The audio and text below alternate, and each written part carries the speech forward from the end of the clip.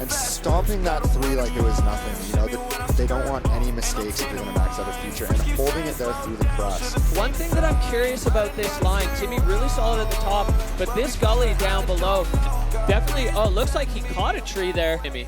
Oh yeah, that's a good cut to the leg.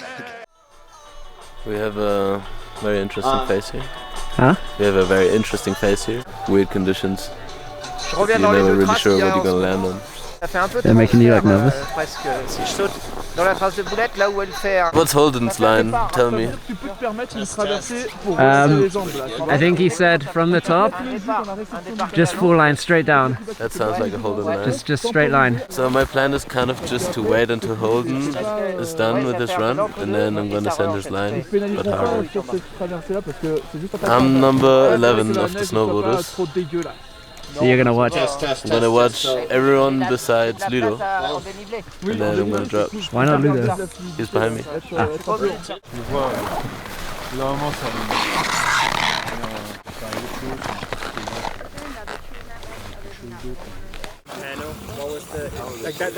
So lost. Huh? So lost. So lost. Back up to the top, Timmy Schroeder riding out of Innsbruck. He's a staple in the Innsbruck freeride scene.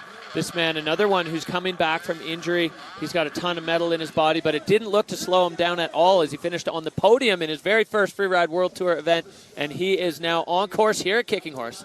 Out of start 2 again, the top of the venue, working his way down the ridge, as we just saw from JP. Going all the way off to that nub. Looks like he's going to be taking quite a different line. We haven't seen huge 3 and stomping it.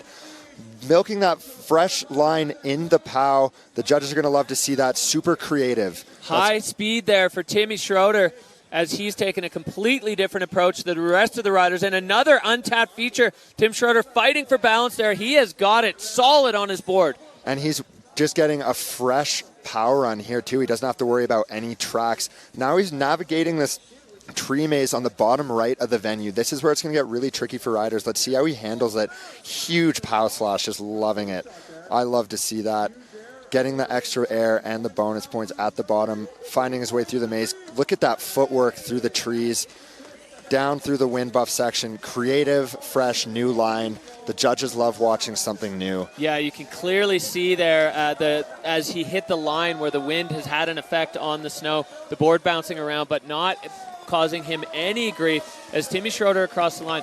Definitely, oh, it looks like he caught a tree there on his pants as the a little bit of a new vent there on his pants. That's tough on a minus 20 day at Kicking Horse. Oh, wow, right through into the base layer. I hope he's okay here, but he's walking fine, all smiles. No, we didn't even pick that up. No. Somewhere along the way, a tree reached out and wanted a piece of Timmy Schroeder's pants. Well, that's what you get when you're greatness after that run in Verbier and that awesome creative line that we just saw.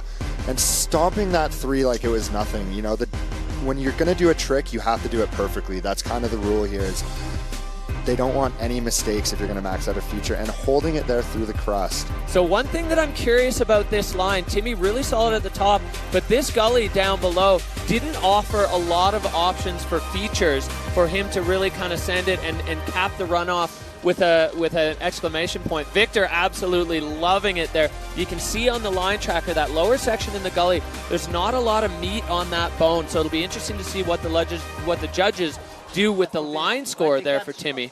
Oh yeah, that's a good cut to the leg. Through the base layer, so exposed skin out here at Kicking Horse. That's going to be chilly for Timmy Schroeder. But let's see what the judges thought of that new, fresh, creative line. You know, you can't understate those, especially on a day like today on these smaller venues that are a little more compact. It can be quite huge for the line score, and that's the king score that they're going to base everything off of at the end of the day. Still excited.